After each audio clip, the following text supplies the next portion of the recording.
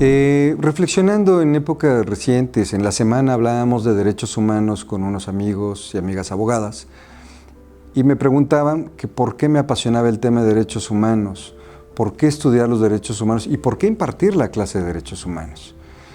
En principio considero que es una materia pilar de cualquier área del derecho, ¿sí?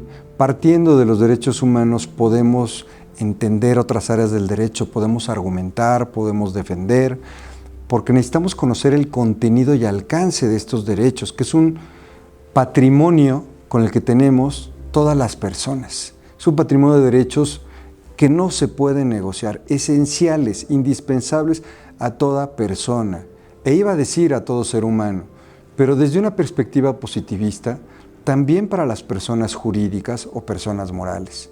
También desde esta perspectiva tienen derechos humanos acorde a sus actividades. Entonces es necesario conocerlos desde un plano constitucional, convencional, por supuesto, desde un plano jurisprudencial de nuestro Tribunal Constitucional y de la Corte Interamericana de Derechos Humanos.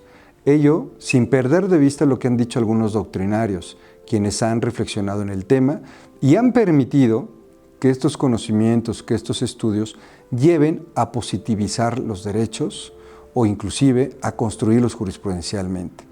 Por eso es que a mí me apasiona la materia de derechos humanos y considero que todo aquel abogado necesita, en forma obligada, tener este contexto de conocer el contenido, su fuente, porque insisto, así como mencionamos que todos los caminos conducen a Roma, todas las materias conducen a derechos humanos, que inclusive será el objeto y materia de estudio de nuestra garantía procesal constitucional, conocido como el juicio de amparo. Que yo vengo de una visión tradicional del derecho positivista, previa a la reforma del 2011, y entonces he tenido la oportunidad de ver una impartición de justicia, una visión de derechos humanos antes y después.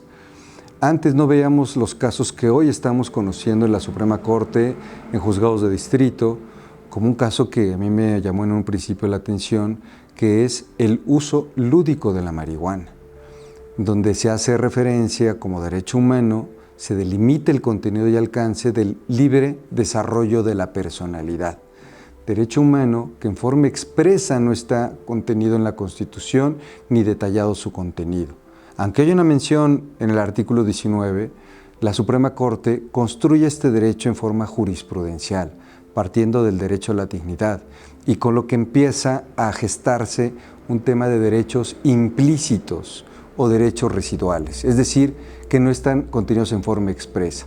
Esta resolución, junto con una que precedió, que tiene que ver con la reasignación sexogenérica, me despertaron mucho el interés por identificar derechos humanos que se están construyendo jurisprudencialmente partiendo de una visión iusnaturalista, desde la esencia del razón de ser de estos derechos humanos, que es lo que se debe de privilegiar por encima de lo que prevé la norma.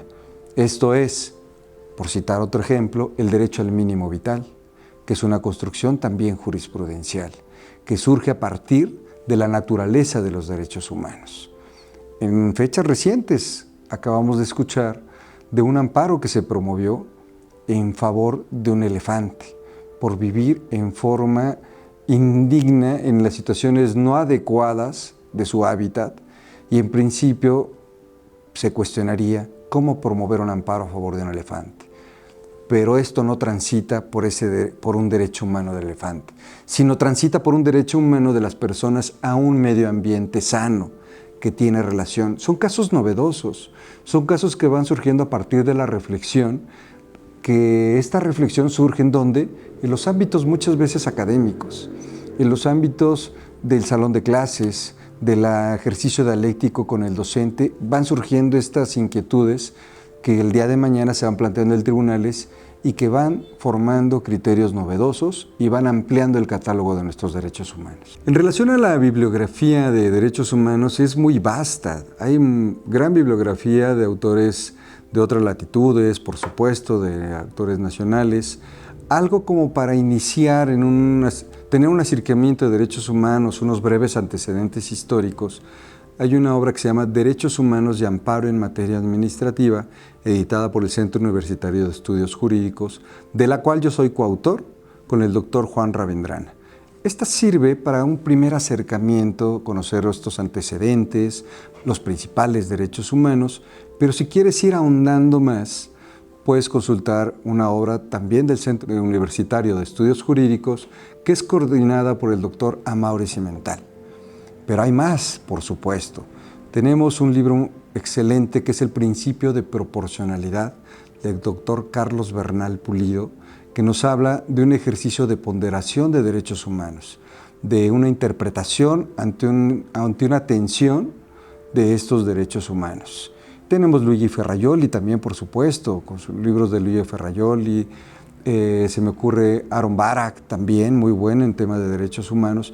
Y podría citar muchos libros, hay muchísimo material, inclusive en el Instituto de Investigaciones Jurídicas pueden encontrar artículos muy interesantes relacionados con las características de los derechos humanos, con la hermenéutica en los derechos humanos, es decir, se va fragmentando los temas para ir profundizando.